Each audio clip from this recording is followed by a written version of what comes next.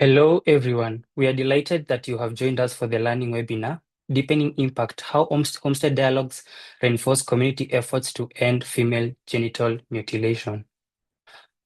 This webinar aims to deepen our understanding of how Homestead Dialogues strengthen community-led efforts to end FGM.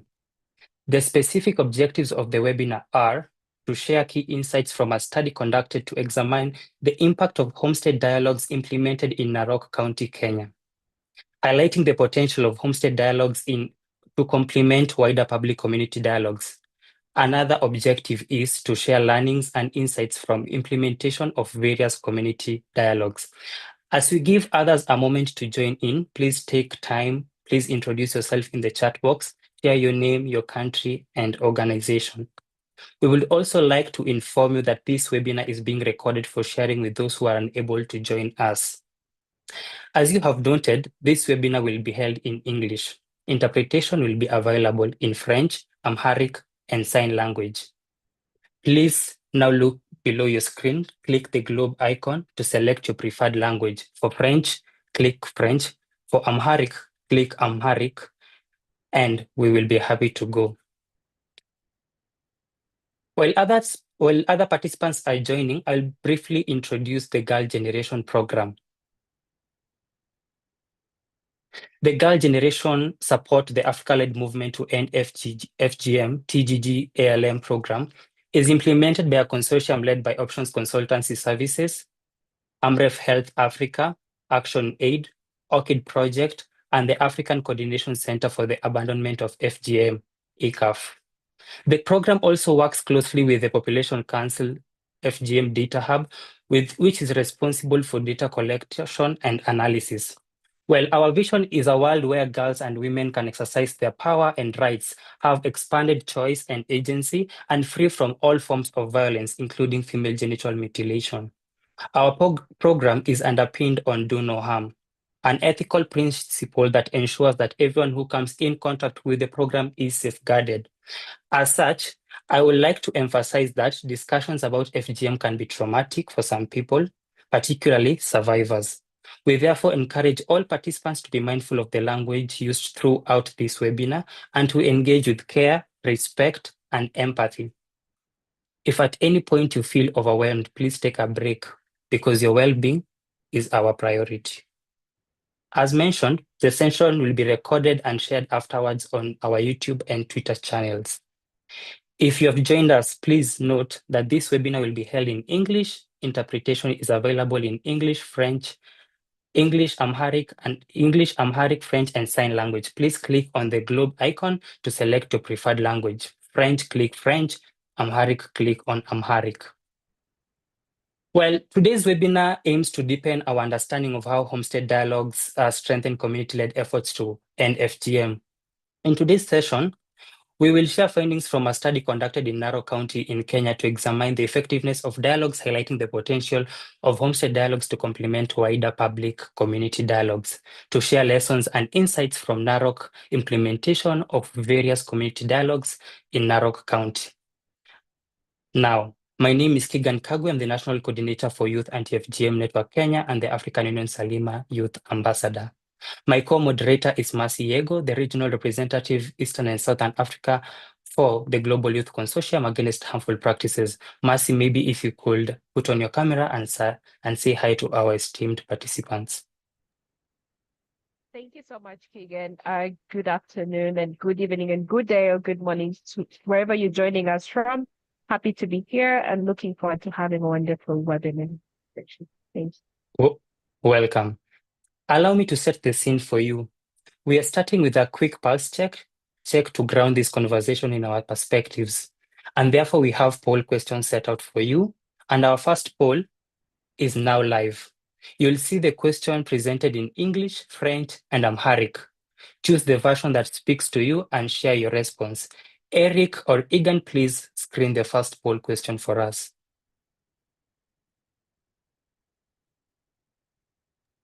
Remember the questions are presented in English, French, and Amharic. Choose the version again that speaks to you and share your responses.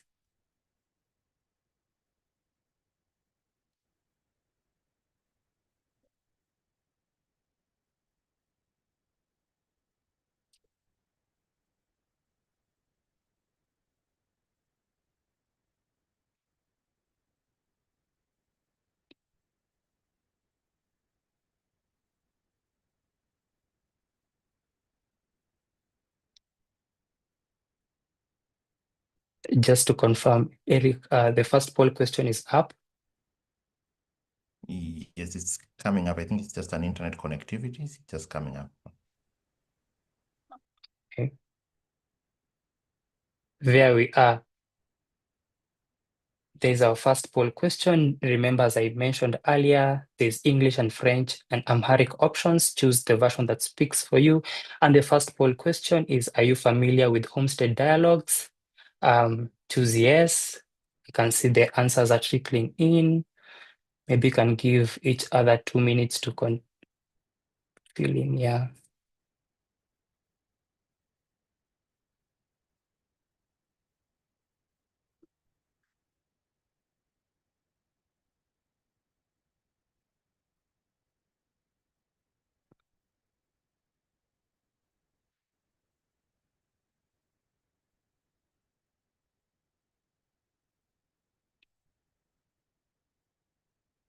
Well, thank you so much for sharing your responses. And clearly from the responses, what is emerging is a clear diversity of experience in the room.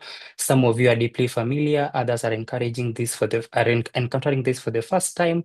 And that range is critical because it shapes how we move forward. So as we continue to deepen our conversation, Eric, you could also kindly screen the second poll question for us.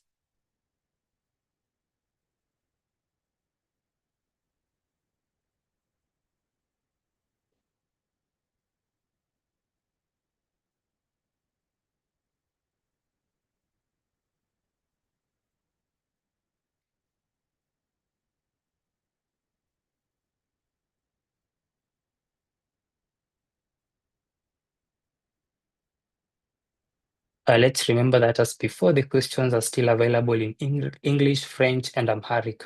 Please respond using your preferred language. The second poll, it's asking you, what do you think is the purpose of Homestead Dialogues in FGM abandonment? Is it around awareness and community buy-in? Is it together with young people, parents, and elders? Is it between mothers and their daughters, husbands being engaged with wives together to promote parental decision? So the element of parental guidance is also there. I can also see a diverse audience based on the responses. For us to continue adding our responses, then we can end the poll and look at the results.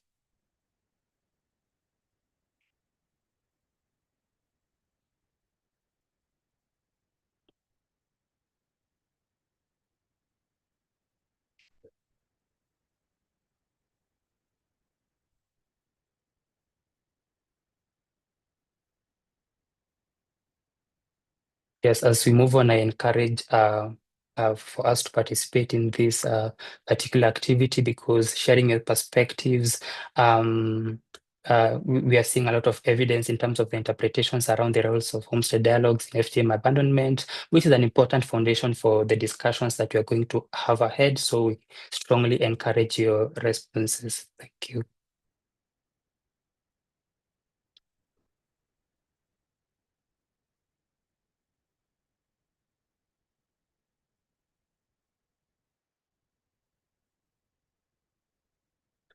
Thank you so much, Eric. You can end the poll for us.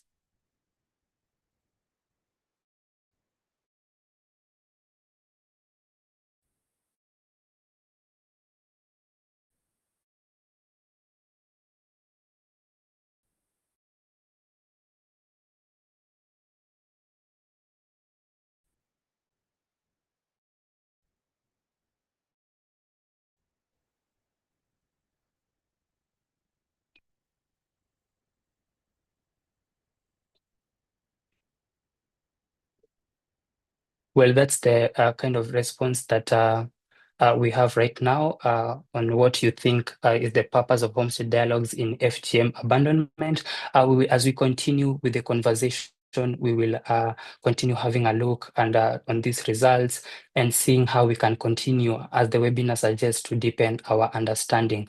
Therefore, let's move to the next part. And today's webinar invites us to critically examine the architecture of community engagement. We unpack the different forms of dialogue, the intended purpose, and more importantly, interrogating how Homestead Dialogues can complement, strengthen broader public approaches to ending FGM. Therefore, it is my distinct pleasure to introduce Frederick Ntopo-Nchoko, Narok County Implementation Coordinator for the Girl Generation Program at Amref Health Africa. Since joining in September 2024, Frederick has been at the forefront of working with communities, governments, and partners to strengthen protection systems, advance the rights of the girl, and drive locally grounded strategies to accelerate the abandonment of harmful practices. Frederick will take us through Amref Health Africa work under the Girl Generation Program in Narok County, with a particular focus on the shift from public community dialogues to more intimate household and level engagement through Homestead Dialogue, and what this transition reveals about driving sustainable change. Frederick, we invite you to lead us through these insights. And please, ladies and gentlemen, using your hands down there in the chat box, please help me extend a warm welcome to Frederick. Frederick, the floor is yours. Thank you very much. Thank you very much, Keegan, for the warm, and thank you all of you for this, for your appreciation and for welcoming me.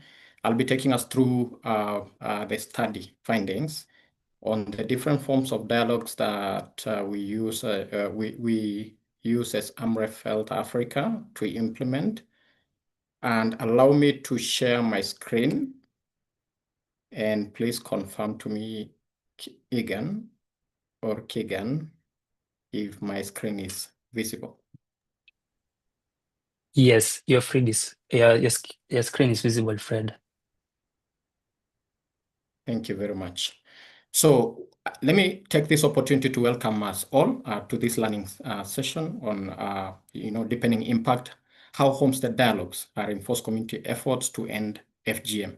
This presentation will be by myself and my colleague, our monitoring and evaluation lead, Herbert Barasa, who will join later on to finish up with this presentation. So let's start by learning what female genital mutilation is. We have different forms of how female genital mutilation is described or how we define it, but FGM remains a violation of the rights of girls and women in many pastoral and patriarchal communities. It is sustained by cultural expectation, power dynamics, and social norms. At Amref Health Africa, we work to end FGM through community-led and evidence-based approaches. Like it has been reiterated by our moderator, Keegan, these learnings that we're sharing today are from a study that was conducted through the TGG ALM program in partnership with population councils and others in the consortium in Narok County. And the study shows us that community dialogues shows that transition and the different approaches that we use all helping us to bring down the menace of female genital mutilation. So Amref Health Africa works to end FGM through these approaches. The first one is community dialogues and awareness campaign.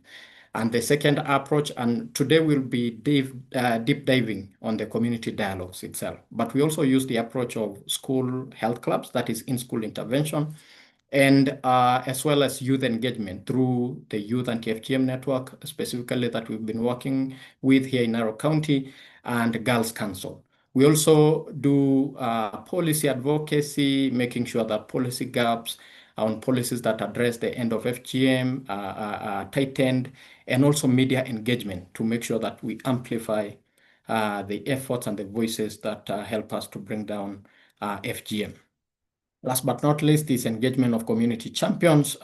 We train them, making sure that they are trained, they are culturally sensitive, and they use approaches, and we empower them to give them also tools to make sure that they are well empowered to carry on these community dialogues. So these strategies recognize that lasting change requires shifting both community norms at family level and at family level decisions that directly affect the girl. So at Amref Health Africa, we use layered dialogue platforms to transform social norms around FGM. I could see from the polls that we just ran that there are varied responses on what actually Homestead dialogues are.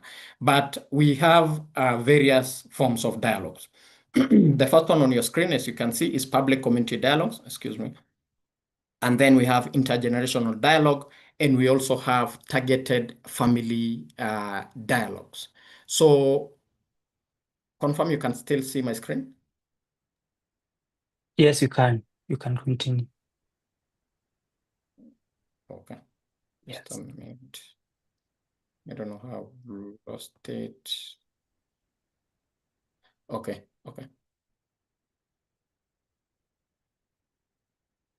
Allow me to reshare back.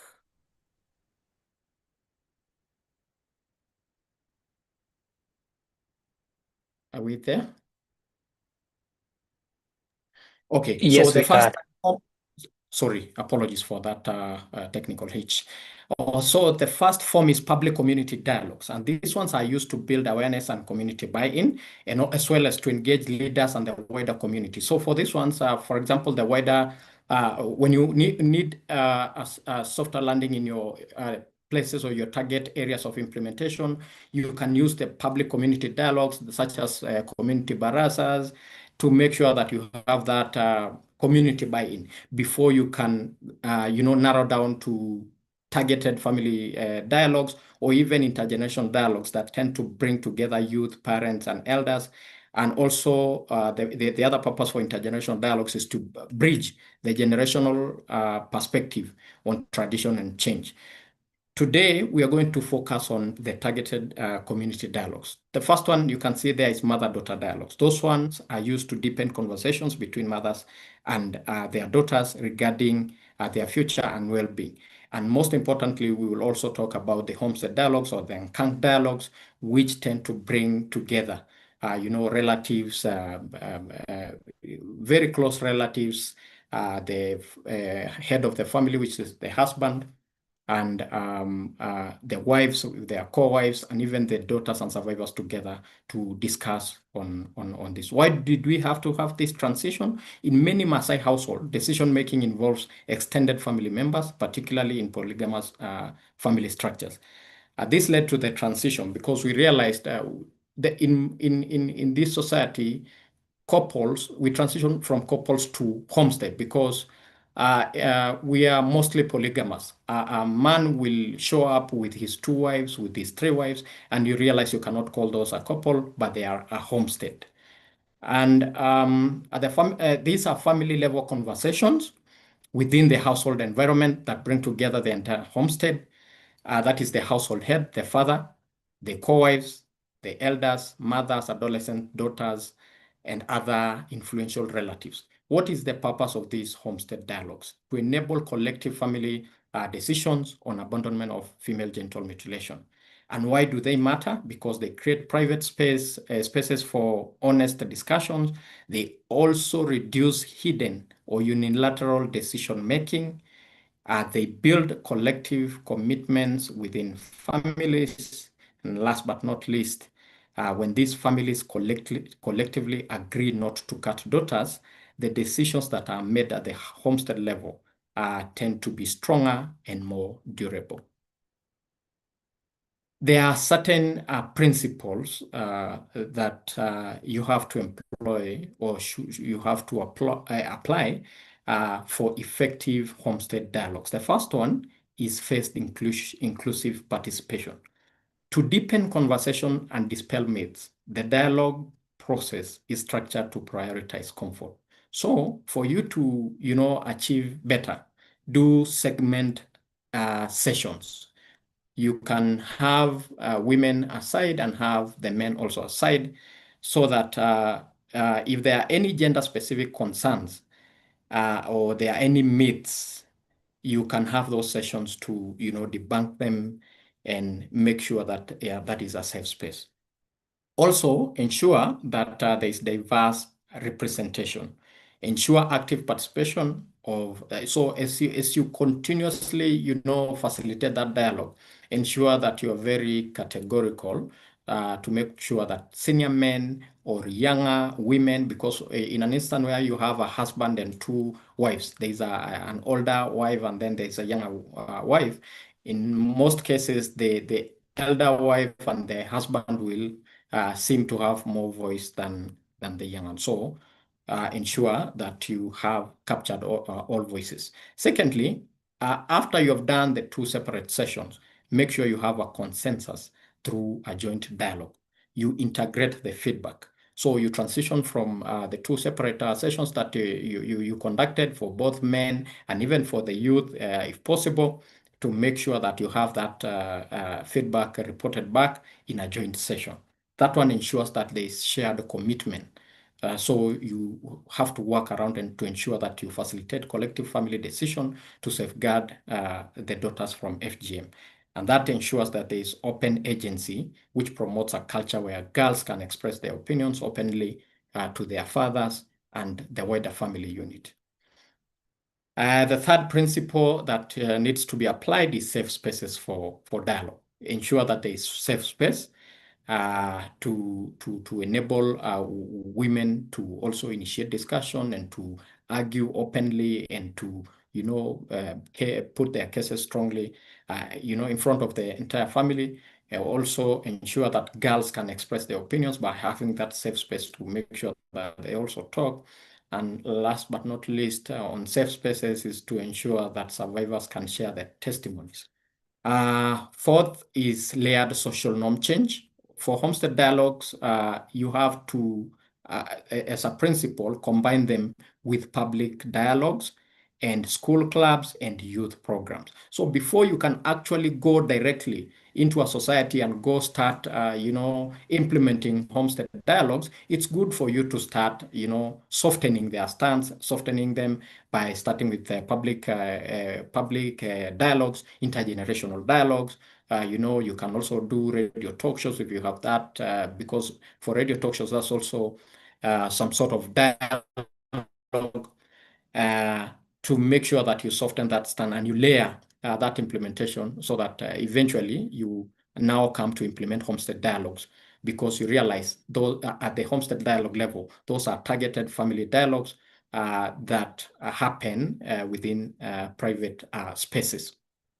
Most importantly, when you conduct all these dialogues, use trauma-informed facilitation. Use trained community champions. So as you plan to implement within communities, ensure that you have those trained champions that employ cultural sensitivity. They also use trauma-informed methods to navigate deeply seated beliefs and emotional experiences. So this is just a photo of one of our trained champions who is also a member of the Youth Anti-FGM Network, facilitating a dialogue session. So Keegan, that's it for me. I donate the 2 minutes to our next presenter. Thank you very much. And thank you all for listening. Thank you so much, Fred, for taking us through this very exciting presentation.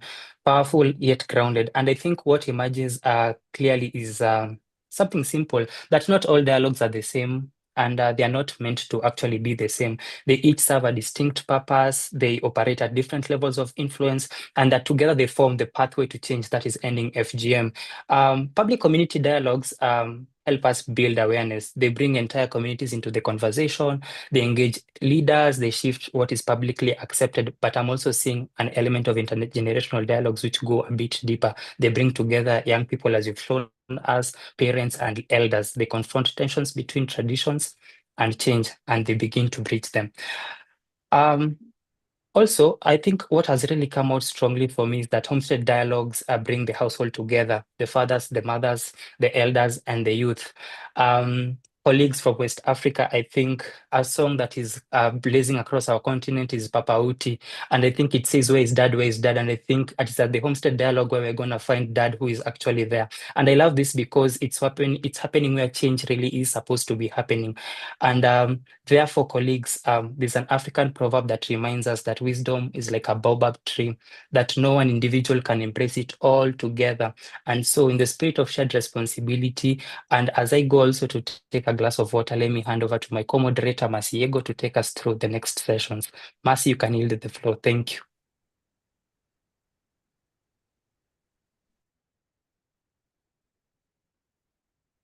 Sorry, I'm muted.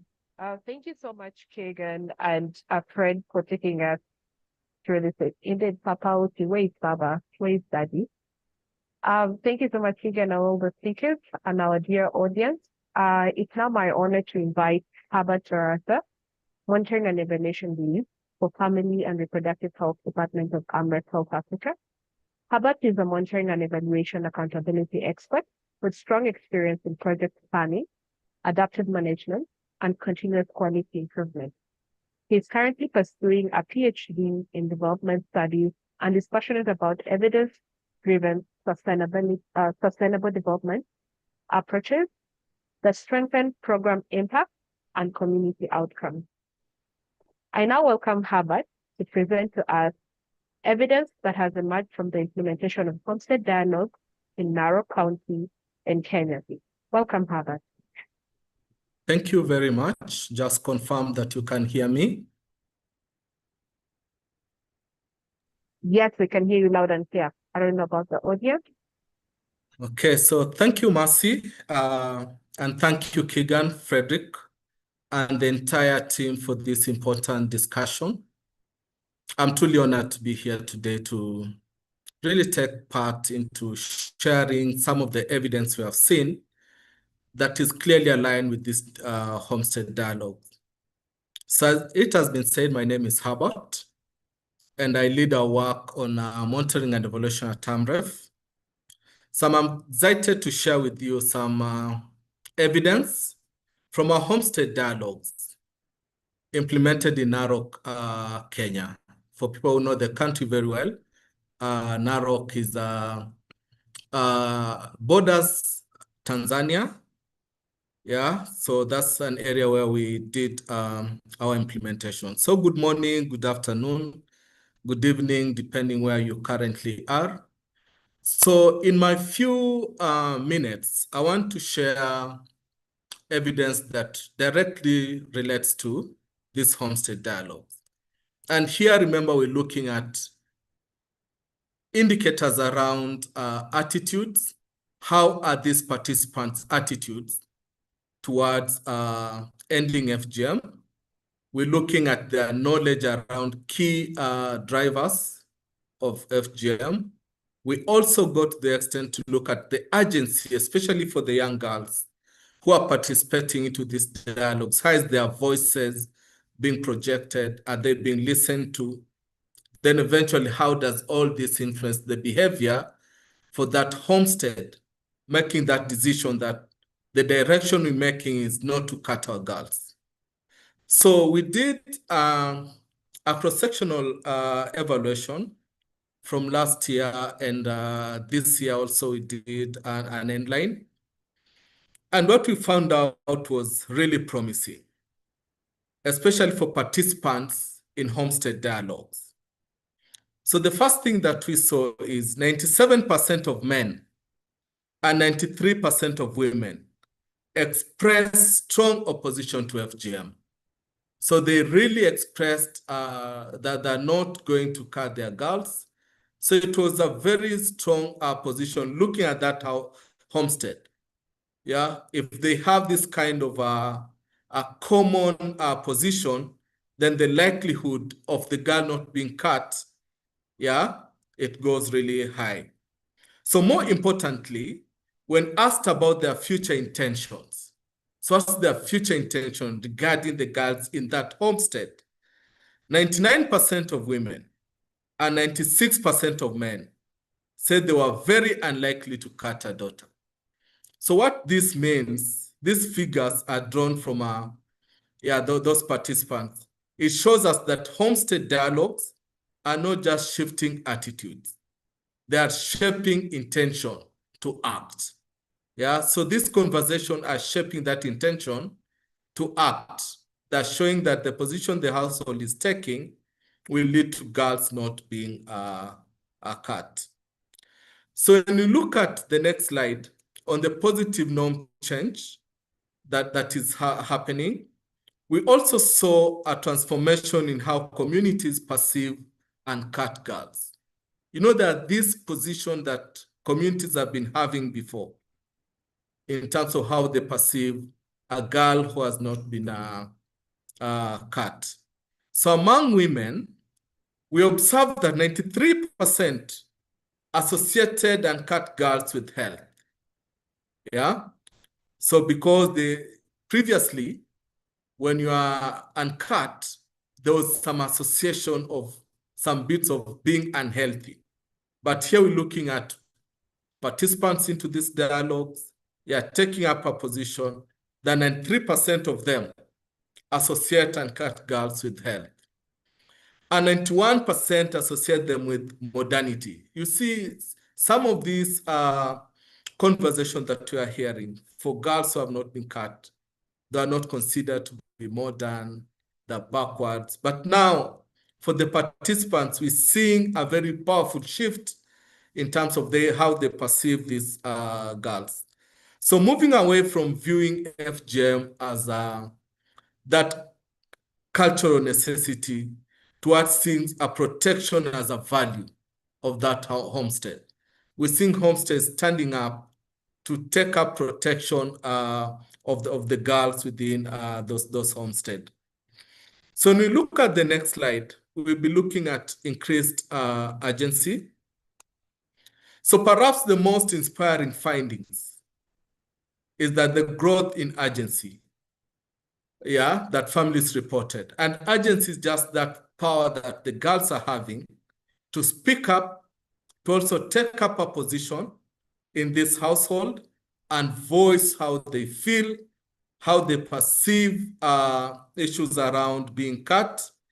So what we really recorded, what we observed through this observation, that daughters speaking openly with their fathers about FGM is something that came out strongly. Women were initiating discussions within these households. You could see where that environment had been created within the homestead. Women were coming out to initiate this discussion, to lead this discussion, to guide the discussion. So the urgency grows when you have this kind of intimate discussion in those small groups as a homestead. So survivors of FGM sharing their stories and influencing attitudes. This is something that really came out to surprise us. Within this homestead, there are members that have never listened to stories of survivors. They have never sat down to hear how they feel, what they went through. So it gave a very good opportunity, a good platform that they came out to really share their stories. And this eventually influenced how these homestead attitudes were towards FGM. So briefly, just highlighting some key observations that we have seen, it really proves and positions heavily issues around homestead dialogues and how they perceive towards changing the narrative of protecting girls at that homestead level. So these findings tell us that homestead dialogues do more than raise awareness. So it's not only just awareness that is being raised at that homestead level. They translate that awareness into concrete family decisions. So people don't just get information through these dialogues. It's translating that awareness into concrete family decision. They create private, safe spaces where real negotiations happen and collective commitments are made to protect the girls. I'll now hand it back to Mercy, and I look forward to a discussion, discussing these findings and further during the panel. So I'll give more detail during the panel discussion. Thank you, and back to you, Mercy. Thank you so much, Habad, for that, for sharing with us promising results of Homestead Dialogue. And findings from this study show that, Homestead Dialogue translate awareness into concrete family decisions to protect girls. For example, we see that they contributed to strong opposition to FGM, change in positive social norms. And importantly, with Homestead Dialogue, we see that there is increased agency among girls, women, and survivors of FGM. And I can personally relate to this because, coming from a society where we've asked our grandmothers about, FGM, and they tell you, it's a taboo, we cannot talk about it. But with these programs, it seems that they increase openness to speak about FGM, what they went through, and yes, there is positive change coming on board. I will now take this moment to read a few comments in the chat box. I will go through the chat box to see if we have any comments. Yes, we do have some comments in the chat. I see Jen Ludoni talks about she's a gender sensitive and volunteer on matters of gender during her free time. She promotes some of the government social support programs at the grassroots. Oh, yes, should appreciate integration question. Kindly please, our colleagues, you can take that up. So another was thanking AMREF on the program. The focus on sustainable community-led solutions is exactly what we need to see more of in the field. Keep up the incredible work. This is from Sylvia Teach. Please keep the comments coming in. We'll read them out to the panelists. If you also have questions, feel free to drop a question in the chat box, and you can also ask questions in the Q&A section. Right. So we will now move into a panel session, and our first panelist is Frederick Tomfoy Nchoko, the Narok County Implementation Coordinator for the Girl Generation Program at AMREF South Africa. Thank you so much. Sorry, yes, AMREF South Africa. And thank you so much for your earlier presentation on the journey of how AMREF transitioned from public community dialogue to Homestead Dialogue. One, reflecting on your experience, please highlight the main challenges you faced and recommendations you would offer in facilitating Homestead Dialogue. Secondly, what practical lessons have you learned from facilitating Homestead Dialogue that could help other programs strengthen community efforts to end FGM? Herbert Barasa, you're welcome. Frederick Nchoko, thank you very much. Thank you, Mercy. Sorry, Frederick. Sorry. Yeah, this is supposed to be. Sorry for the mix-up. Thank you very much. So, and thank you all for joining in and continuing to listen. So I'll go to the challenges, and every other work has challenges. So I'll just highlight two of the key challenges that, throughout the implementation of these dialogues, whether specifically the Homestead Dialogues. What are some of the key challenges? Number one, power dynamics within families. So we know within family there are hierarchy. So for example, there is the first wife, second wife, and third wife. So that power is sort of imbalance. It brings some sort of challenge because there are voices that are deemed to be a bit superior than the other. So you have to know how to navigate through that facilitation session to ensure that the voices of the younger women, the voices of survivors, most importantly, are also captured, and as well the voices of the girls. The other challenge is geographical and logistical barriers. Reaching, far-stretched families and, mobilizing those homesteads, it might not be as easy as we all might think. So when doing that, you have to plan accordingly. You also have to use well-trained champions so that they can help you to, reach to far-flung villages, because by yourself, probably you will not be able to achieve more. So we highly recommend that you have well-trained community champions that understand how to facilitate, how to navigate cultural dynamics to do that. And then for the practical lessons, that we would like to recommend for program designers, for government agencies, for implementers and all that. Number one is we have observed, and a study has shown us firsthand, that community ownership sustains progress. When the family sits together to, lead their own way in, devising a mechanism or change, that sort of transformation feels very authentic and long-lasting. The second recommendation will be ensure that the voices of survivors are captured and survivors are given space to, voice what they actually feel, because we have learned that survivor voices are powerful catalysts. Testimonies from FGM survivors at household level bring emotional depth and authenticity, shifting attitudes in ways that facts alone cannot be able to do.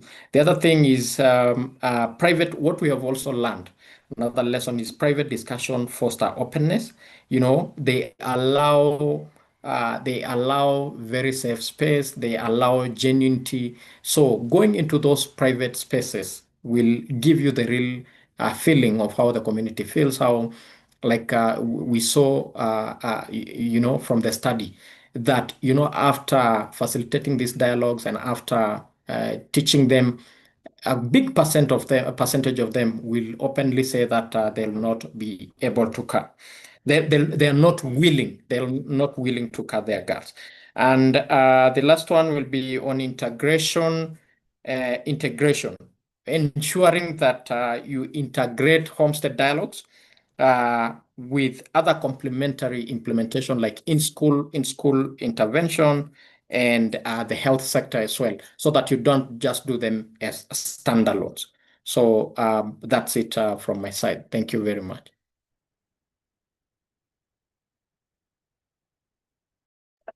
Thank you so much, Frederick, for that part.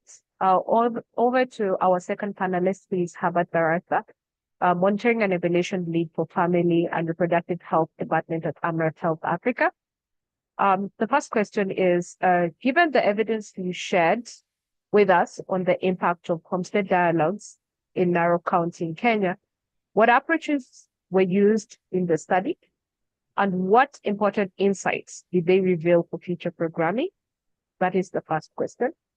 On to the second question. The question is, how do you ensure that Homestead Dialogues remain inclusive, safe, and empowering spaces where survivors, girls, and young women can learn and lead? Yeah, Over thank to you. Herbert. Thank you, Mercy. Yeah, those are quite important questions. So I'll start with the study itself. The study employed a mixed method approach. What this means is we combined both quantitative surveys with qualitative interviews, which included some focused group discussions. This allowed us to capture not just the numbers, the percentages around the numbers, but the stories behind these numbers. So the qualitative part brought out the stories around this. So we surveyed 2,285 individuals across multiple homesteads in Narok County. We also conducted in-depth interviews with men, women, youth, and survivors to understand how decisions were made and sustained. Yeah, so that's how the methodology that we used around this evaluation. So I'll give a few key insights, especially for future programming. What needs to be included into these Homestead Dialogues? The first thing is inclusivity. It does matter. Inclusivity matters. That's the first thing. What this means is the shift from couple dialogues to Homestead Dialogues was critical because it reflected the reality of polygamous and extended family structures. This was the reality on ground. We could not run away from this. So how can we use this structure to advance this kind of discussions?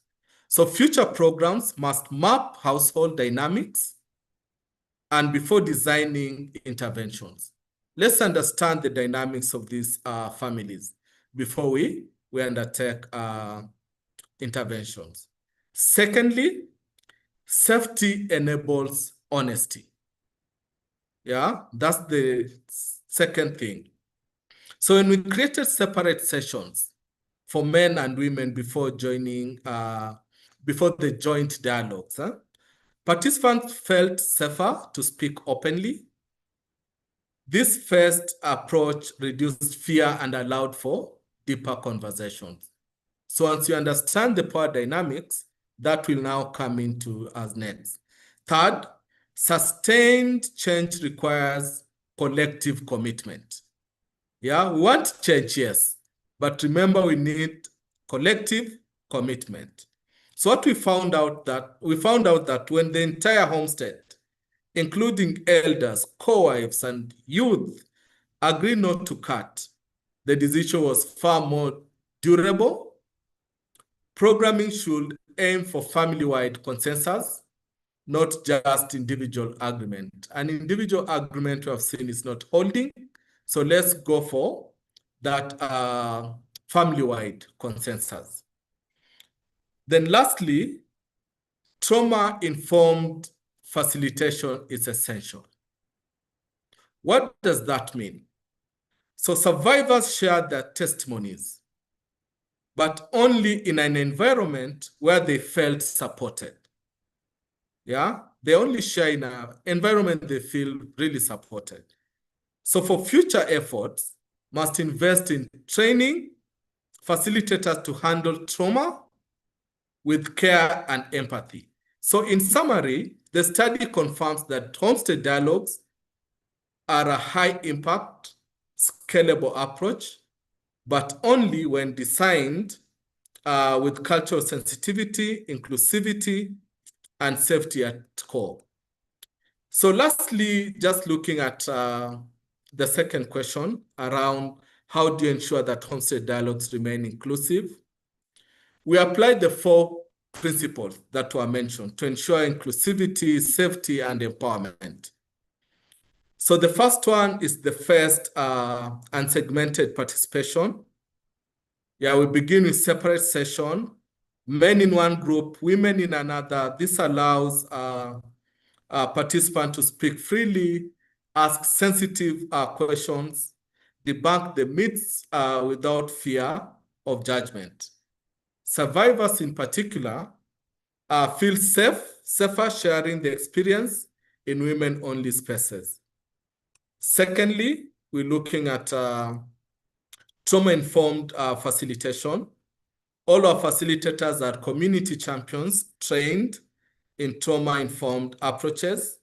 So they understand the discussions about FGM, that they can trigger that emotional distress. They are equipped to really recognize those signs. Yeah, the facilitator needs to recognize the signs of distress, offer breaks or one-on-one support, never pressure anyone to share their story. It is their story. They'll share when they feel they're ready to share. So thirdly, diverse representation in every dialogue. Yeah, so we ensure the senior men, older women, youth, and survivors are all present in the Homestead Dialogue. If they're in that homestead, let them be part of this dialogue. This diversity ensures that the power dynamics are balanced and that marginalized voices, especially girls and younger wives, are heard. Yeah. So lastly is creating space for girls and young women to lead. What this means is we intentionally create moments where girls can speak directly to their fathers, to the wider family. In many Maasai homesteads, this is revolutionary. Yeah, this is a big leap that we can make. We have seen girls openly express their views on FGM and fathers listening and changing their decision as a result. So what we're saying is, in conclusion, is that a safe space is not just about physical safety. It's not just about physical safety. It's about emotional safety, respect, and the reassurance that one's voice matters. When they speak, they be listened to. When survivors and girls lead conversations, the entire homestead shifts in perspective. Thank you. Back to you, Ms.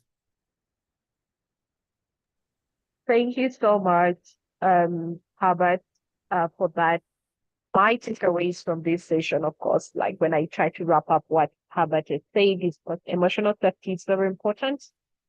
Diverse representation in every dialogue is key. And it's also important to ensure that trauma-informed facilitation is in place. And being able to recognize signs of distress when conducting the dialogue. Those are key things that we need to put into consideration. Now, I'd like to thank Fred and Herbert for this session, and now we'll progress to Q&A. If you have any questions for our speakers, and also you're welcome on board everyone to thank our speakers for the very informative discussion and being able to unpack what Homestead Dialogue looks like. So I'll be reading some of the questions from the chat. If you haven't yet sent your question, feel free to drop it in the chat. One of the questions that we have is, hello everyone, is there a branch in Kakamega? I would like to join the group as a volunteer as I pursue my degree in social work. Colleague on the call, feel free to reach out to, I think that goes to Fred, that first question. Are there any branches in Kakamega for one of the audience participants to join? And then the second question is going to Herbert, which is, while conducting the Homestead Dialogues, what was your entry strategy? So those are two questions that I've seen in the chat. Then there is, in reality, all right, there's one, it's quite a number. I'm seeing more pop up. Let me just get them. The third one is, in the reality, this being, sorry, I think I clicked this, nothing happened. In the reality, this being, the messages for what? Sorry for that. I am unable to. In the reality, this being a polygamous community, I'm keen to know if this approach encountered scenarios where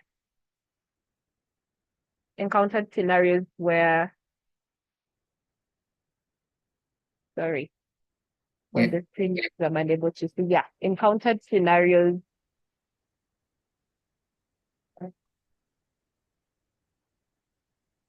Yes, there is this being polygamous. Yeah, if the approach encountered scenarios where. I could sorry, see guys. the questions, If you can see it, feel free to answer. But yes. Okay, thank you very much. Can I go first, Mercy? Yes. Okay, so the first question was on whether we have a branch in Kakamega. For the ALM program, we've been implementing it in Narok, in Narok County, and our other consortium partner, ActionAid, was implementing in Garissa and Isiolo. So unfortunately, we don't have it in Kakamega, but we can link up and see which other regions we are implementing in so that you can join us together to finish. So we highly welcome you. The second question was, in reality, this being a polygamous community, I'm keen to know if this approach encountered scenarios where couples or households had divergent decisions, and how did you address this? So to be in a setup like this, of course, there are divergent views. we highly encourage divergent views. Why? Because they ensure that decisions are vetted, they are more debated, and that the final decisions that comes out from those divergent views are very binding and they are long-lasting. So yes, we have encountered situations where there are divergent views, and we highly encourage them, and we continuously encourage community members to. It's urgent. Sorry, there's some noise at the background. So we highly encourage them to come up with those divergent views so that we can have more debate and more critiquing. Egan, kindly mute.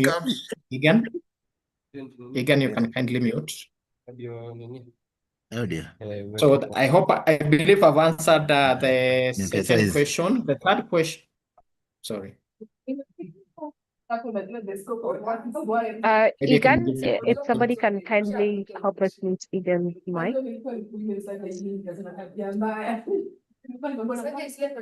Egan, kindly mute. Let me just mute him. Yeah. Sorry. All right, you can quickly. Sorry for that interference.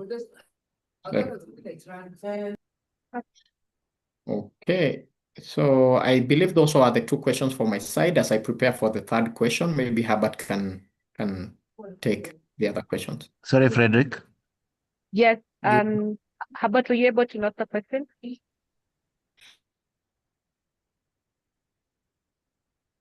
Hope you can hear me. So Yes, I we see can a hear you. question from Stanley. What distinguishes dialogue between couples from dialogue within Homestead, given that the audience remains the same? To what extent does setting influence these differences, and what other factors, parameters should be considered?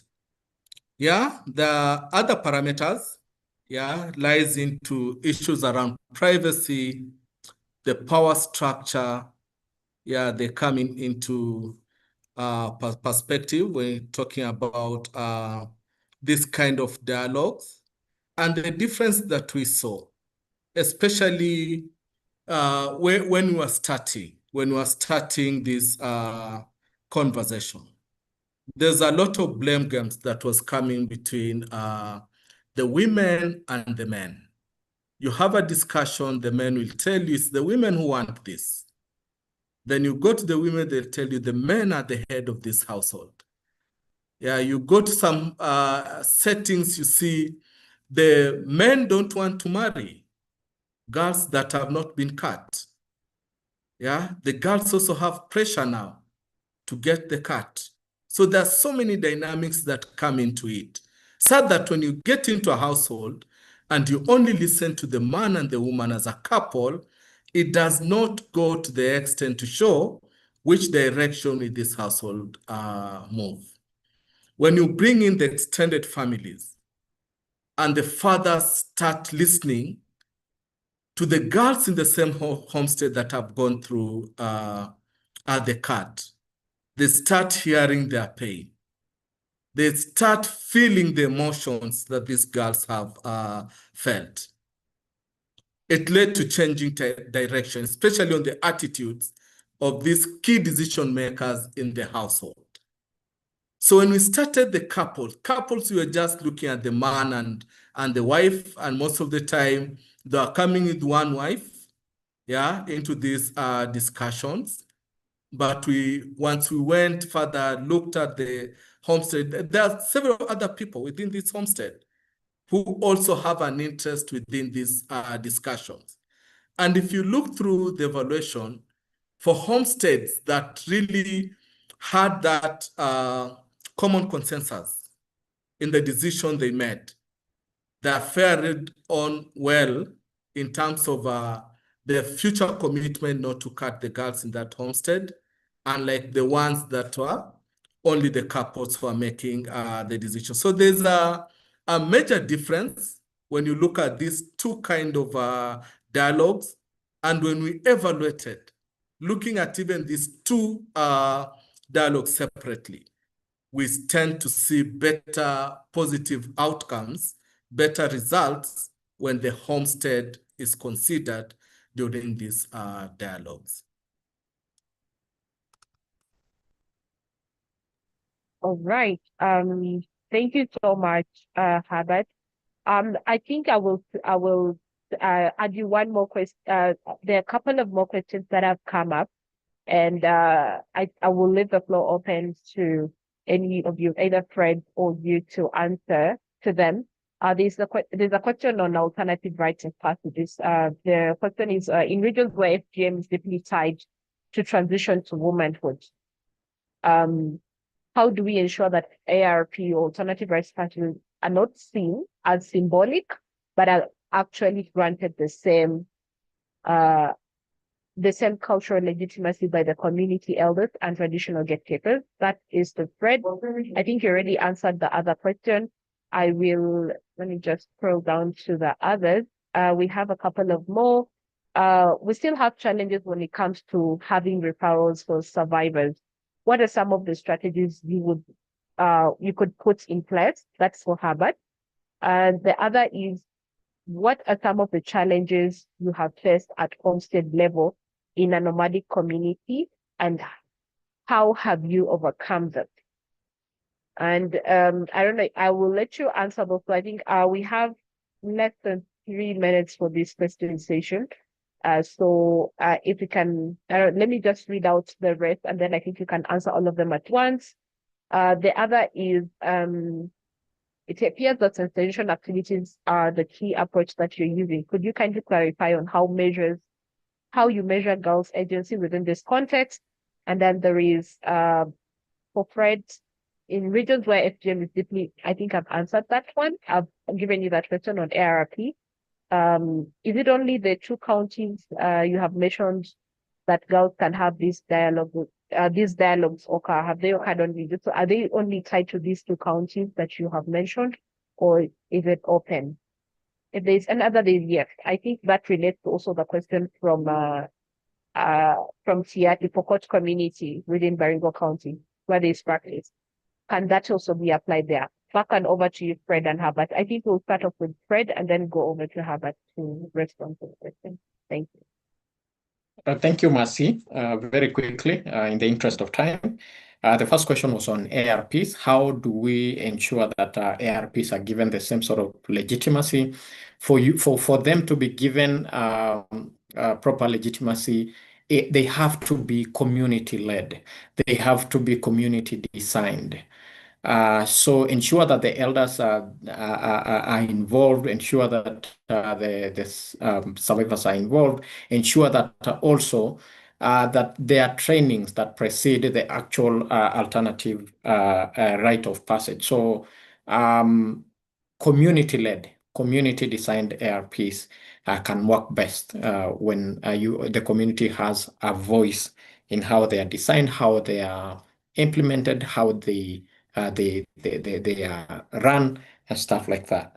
The second question was on the challenges. I think I highlighted quite a number, 2 of them in the beginning, but I can add inclusion.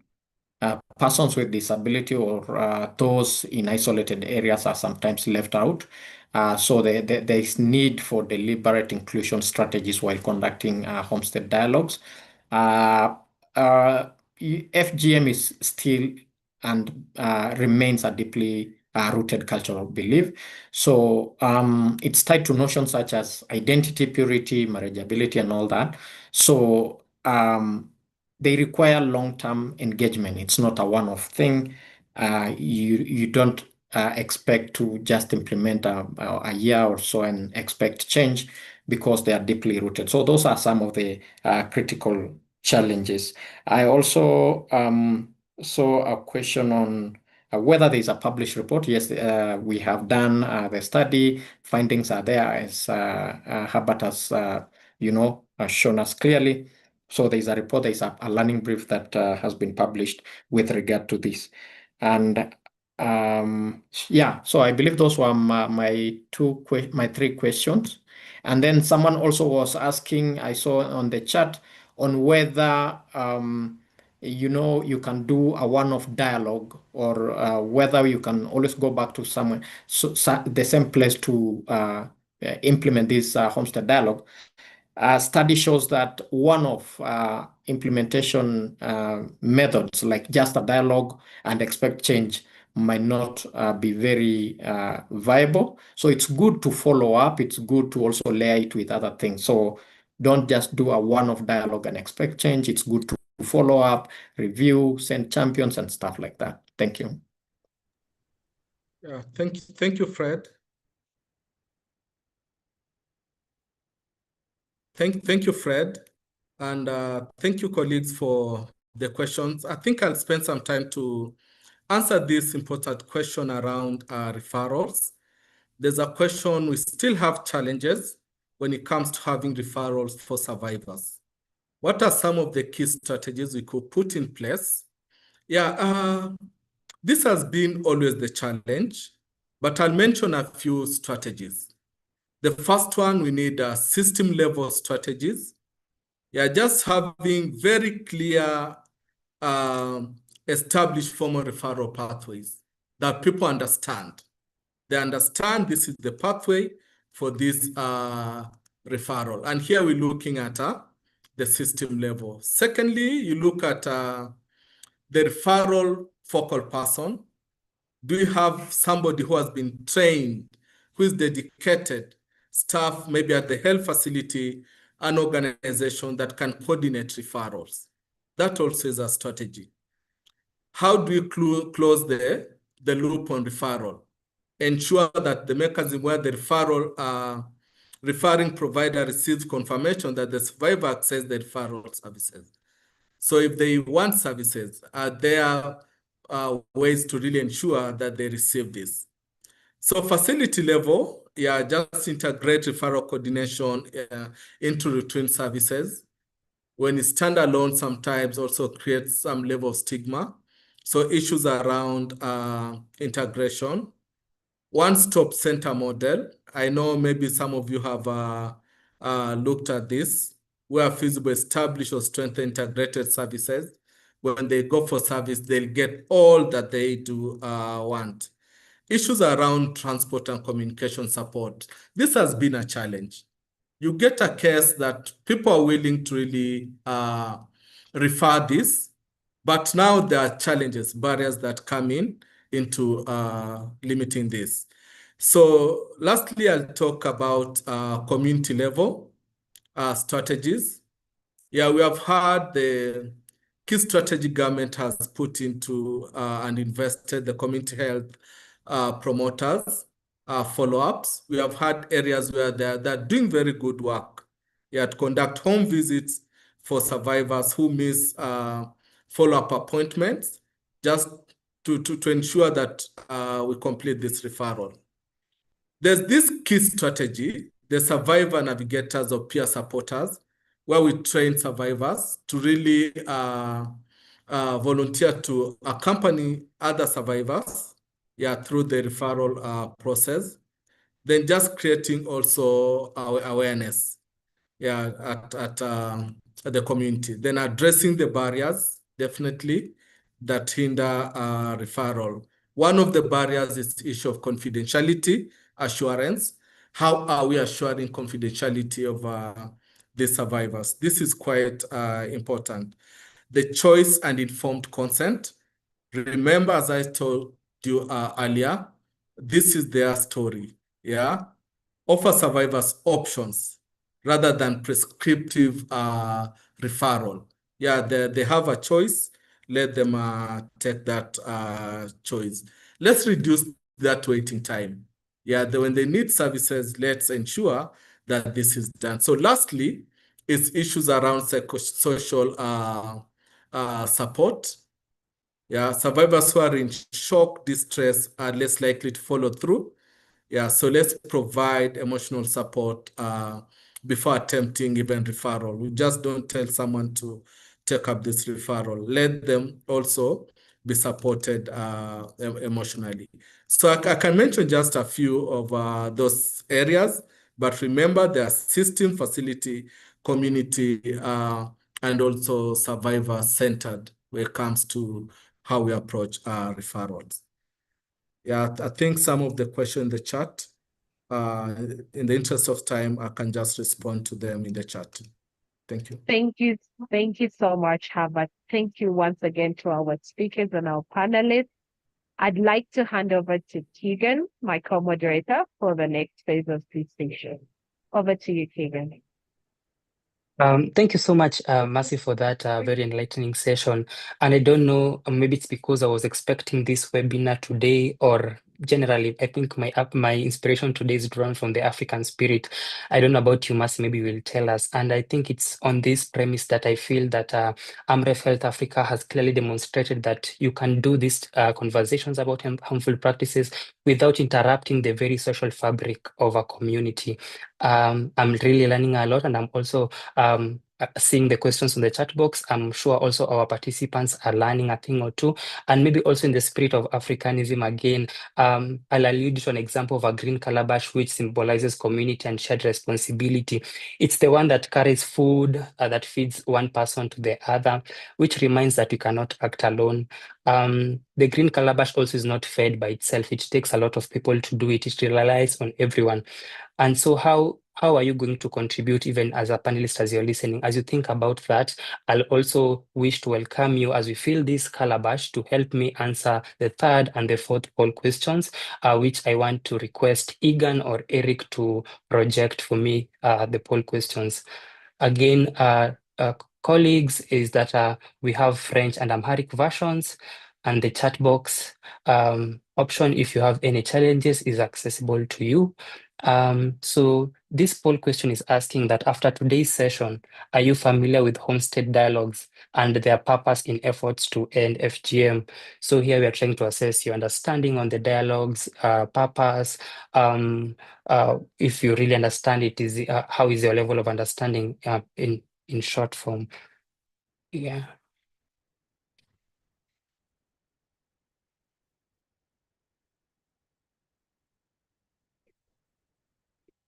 Again, just a reminder, we have French and Amharic options. You can just click on the option that speaks well to you.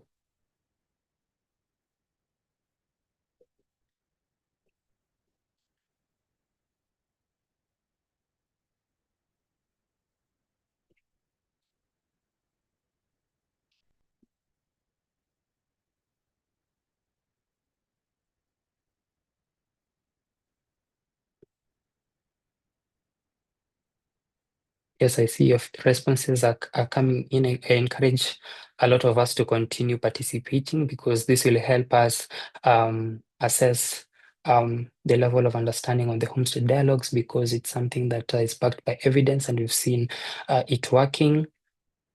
In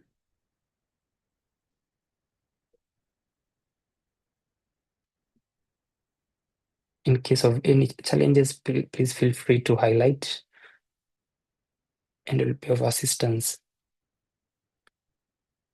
Right, thank you. So we can end the poll and share the results. We see or hear the results. So after today's session, are you familiar with Homestead Dialogues and their purpose in efforts to end FGM?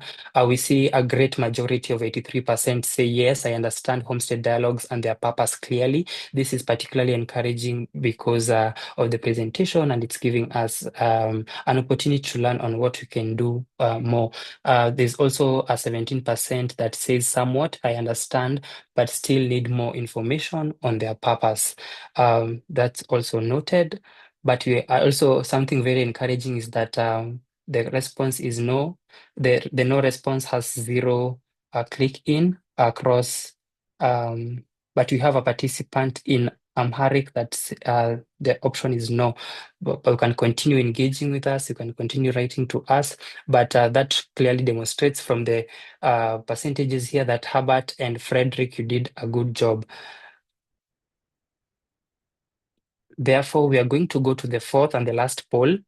You can project the last poll, Eric or Egan. The fourth poll, how likely are you to support the implementation or adoption of Homestead Dialogues as an approach for FGM abandonment. I will repeat. How likely are you to support the implementation or adoption of Homestead Dialogues as an approach for FGM abandonment?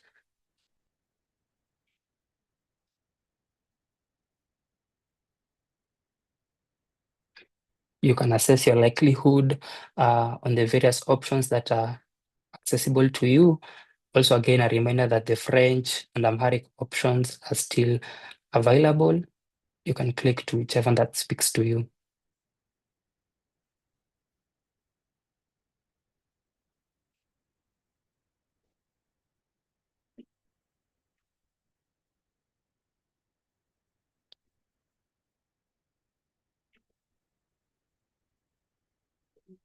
Even if you're neutral, we welcome all responses. Yes, we just want to see how much more we can do.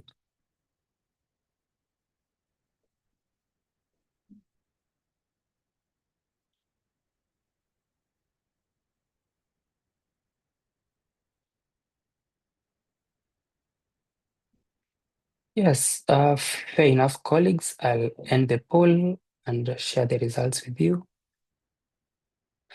Yeah, so how likely are you to support the implementation or adoption of Homestead Dialogues as an approach of FGM abandonment? Very likely is around 76%, which is good feedback. And there is a likelihood and for a 24% of you. And this demonstrates that this is a good initiative that is the program really looked into. We are encouraged by this, and therefore, I'd want to thank you all for your engagement so far. And with that energy and insight, I now have the pleasure again to welcome back Mercy and say thank you for your time. Mercy, over to you. Thank you so much, Keegan, and thank you to the participants. I mean, I'm excited to hear that the majority of the participants are very likely to continue on the dialogues. At this juncture, what has been discussed here is also available to the public on the Girl Generation website. And I would like to request Catherine to test the link to the Homestead Dialogue Learning Brief in the chat box so that you're able to access information on the Homestead Dialogues and how it can be used to end FGM in your community. You can also access other resources developed under this program on the website. Catherine, please share the link also with the audience and the members in the webinar today in the chat box. And from the Girl Generation website, you click on resources, then select global public goods. And from there, you'll be able to access some of those materials. If you're not able to access it from the Girl Generation website or TBG, please reach out to the Girl Generation program at info@thegirlgeneration.org or individual consortium partners if you need any information about the resources from the website.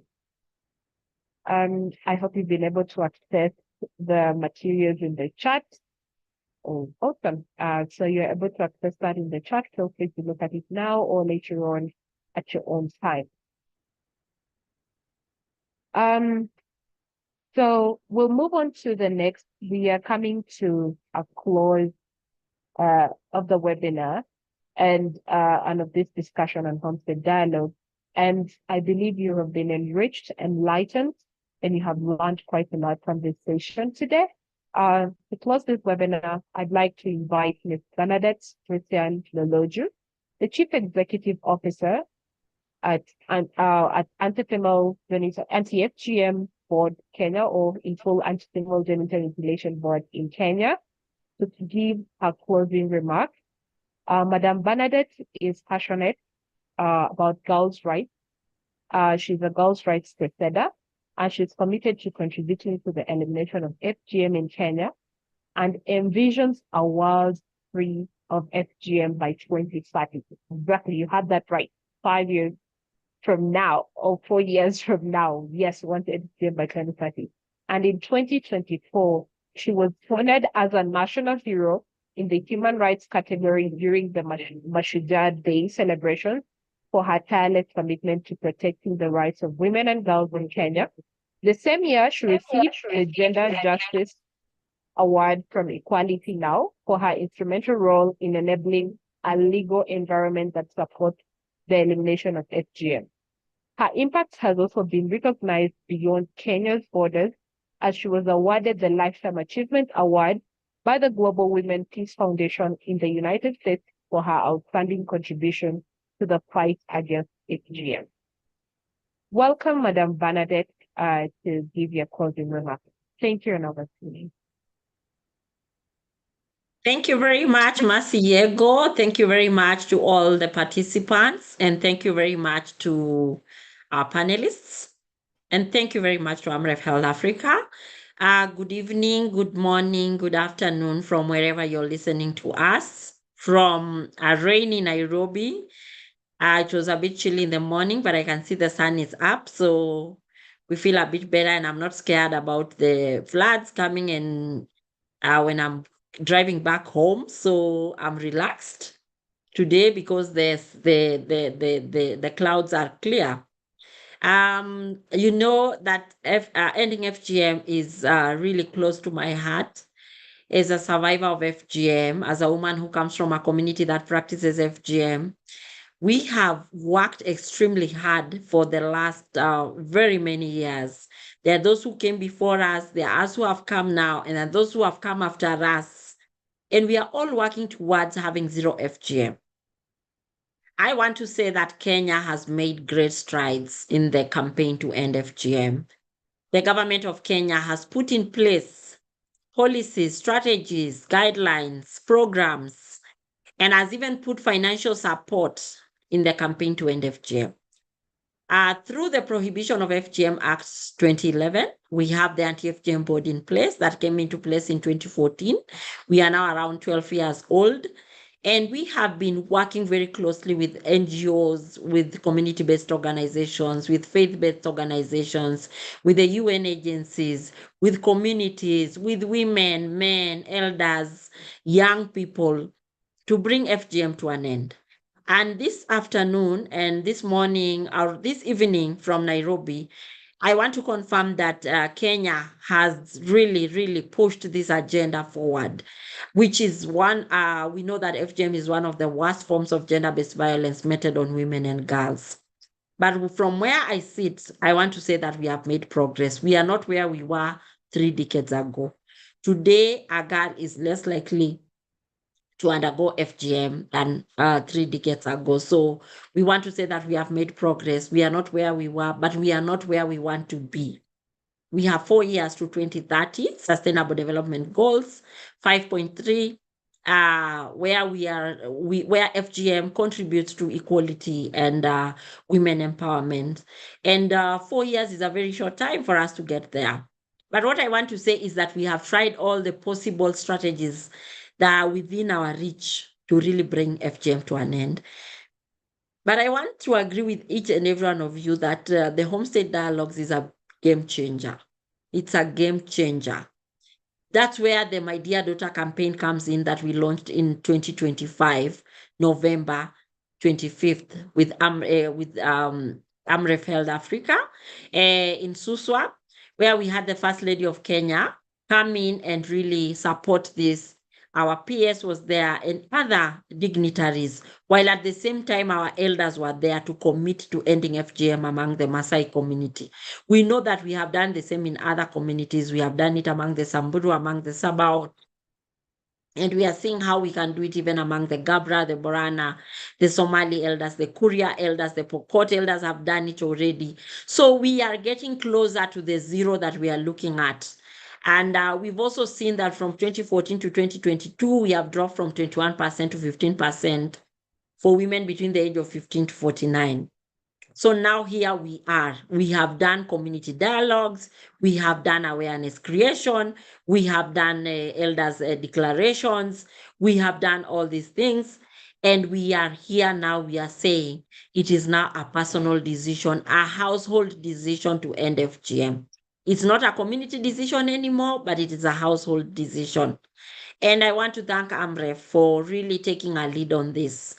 I want to thank each and every one of you for thinking around it and seeing it possible that for every girl to be protected, we need a family setup. We need a mother, we need a father to make a decision.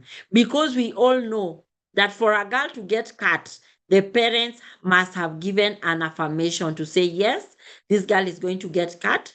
We are going to call a circumciser to the home to come and cut this girl, or we are going to call a nurse, or we are going to call a retired nurse to come to our home to cut this girl. Because we know now we have moved from a community FGM to a personal decision to take our girls through FGM. When I was growing up, it was a community affair. It would be announced in the whole community that you're going to get cut. Next week or next month or December, you're going to get cut.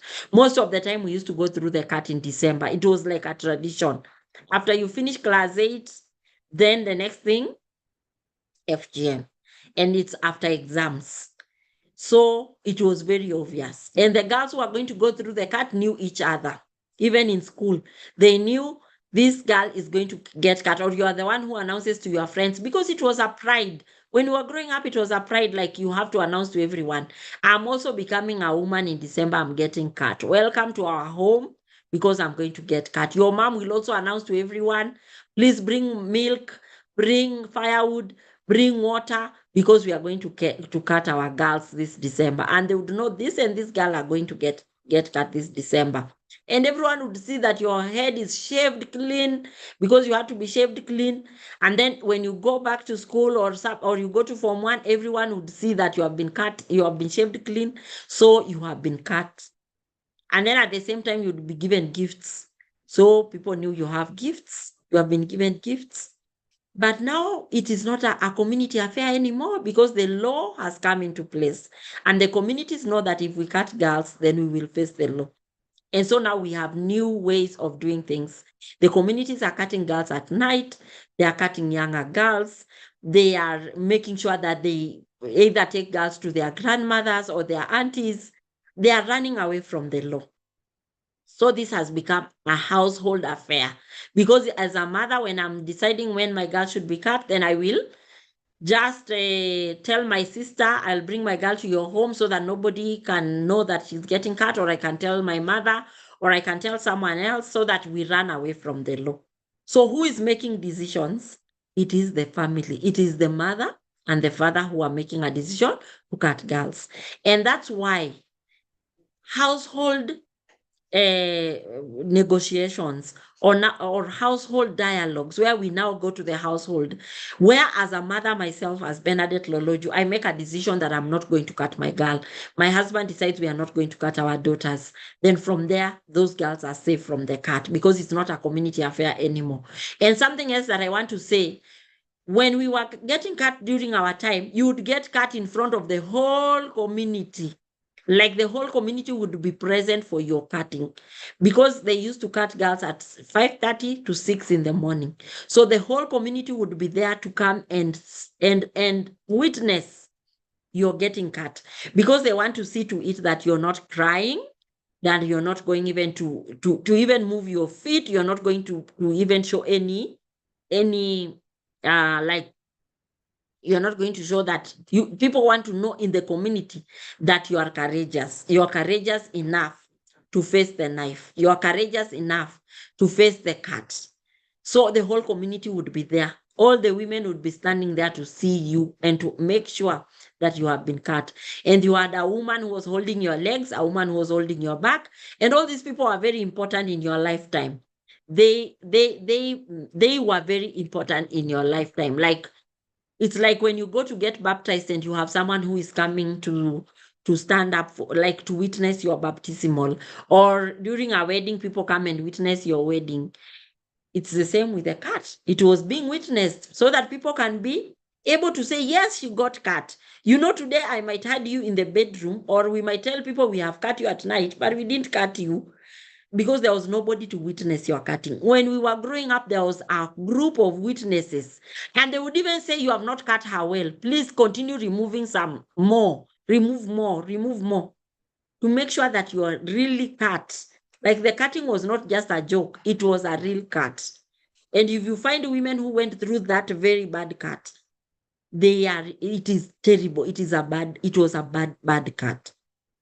Today, a mother might cheat people that I cut my girl, but they have just put them in the bedroom and said, you sleep there for the next 3 days so that people think you are cut, but you're not cut. And that's why household comes in and then my dear daughter comes in. Why are you cutting your daughter? This is your daughter. This is your daughter. You cannot lie to yourself. You cannot lie to your conscience. You cannot lie to your child. So this is the time, and the time has come. If we can all take up the household dialogue, if we can all take up the My Dear Daughter campaign, and if we can all have something where we say daughters against FGM, sons against FGM, mothers against FGM, survivors against FGM, fathers against FGM, we have all to come together and end FGM, like get to 0 FGM in the next 4 years by 2030. We have to. And this is the direction we should all take. Take the campaign to the grassroots, take the campaign to the households, take the campaign to the manyatas, take the campaign to the lowest point of the community. And where I sit, I am sure, and I'm very sure we are ending it. We are ending it. We are going to get to 0. We are going to get to 0. Because if every mother decides and every father decides they are not going to cut their daughters, then who will be cutting the daughters? Who will be cutting them? Even the circumcisers will have no job to do. They will have no job to do. Yeah, we do not even have to tell ourselves we are economically empowering circumcisers. No, the moment the market for your goods is not there, who are you going to sell your goods to? The moment there are no girls to cut, who is the circumciser going to cut? There'll be no girl to cut. So let us continue with the household dialogues. Let us now take this as the direction that we are taking. Anti-FGM board is going to launch the My Dear Daughter campaign across the counties. The Anti-FGM board is here to help in strategic direction. The Anti-FGM board is here to help in coming up with the guidelines and everything that is needed in this campaign. But we need the support from our partners. AMREF Health Africa, thanks for taking the lead. You've always been taking the lead. I know that we have been doing alternative rites of passage. That one we were running with the girls, going to do the alternative rites of passage, sometimes even without the parents knowing what we were doing. It also helped us a bit. It pushed us to where we are. But we are saying, yes, we have had all these other ways of ending FGM. But now let us go now to the household. If every mother, if every father signs that they are not going to cut their own daughters, I'm telling you, we are done. We are done. It is done. It's dusted. Because as many mothers and as many fathers say I, and when they say I, I'm not going to say to as many fathers and mothers say nay, because I'm not looking at the nay, I'm looking at the I. And so even for us in this meeting, as many of us as possible say, I am going to support the household dialogues and the My Dear Daughter campaign to end FGM. And if you are a girl, please say daughters against FGM. And if you are a son, say sons against FGM. And if you are a mother, say mothers against FGM. And if you are a father, say fathers against FGM. And then now we go to villages against FGM, then communities against FGM, counties against FGM, and then a country against FGM. Thank you so much, and thanks for listening. Asanteni sana.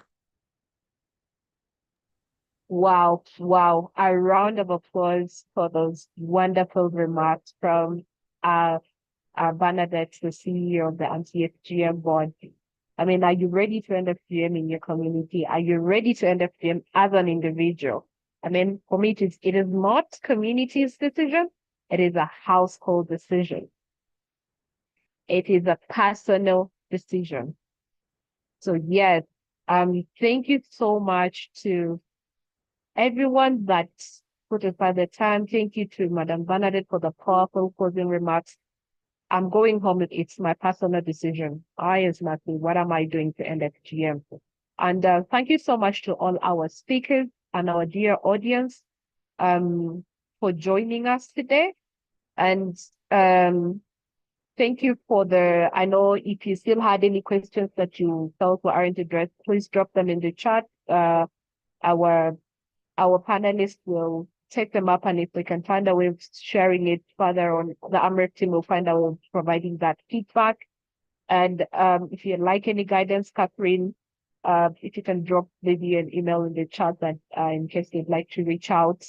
And just to continue forward the conversation on ending on the Homestead Dialogues, and Madam Bernadette has been very key and instrumental in the ESC bill currently at the IALA Parliament on ending FGM. So we are continuing the conversation. We are not ending only at country level, we are taking it at the East African community. So we are continuing this conversation at all levels. And I'd like to thank you all for joining us today. And with that, I'd like to invite my co-moderator, Keegan, so that we can close the session. Thank you to our panelists, Harvard, Fred, and everyone else who supported us. Keegan, would you like to turn on your camera and as we close up?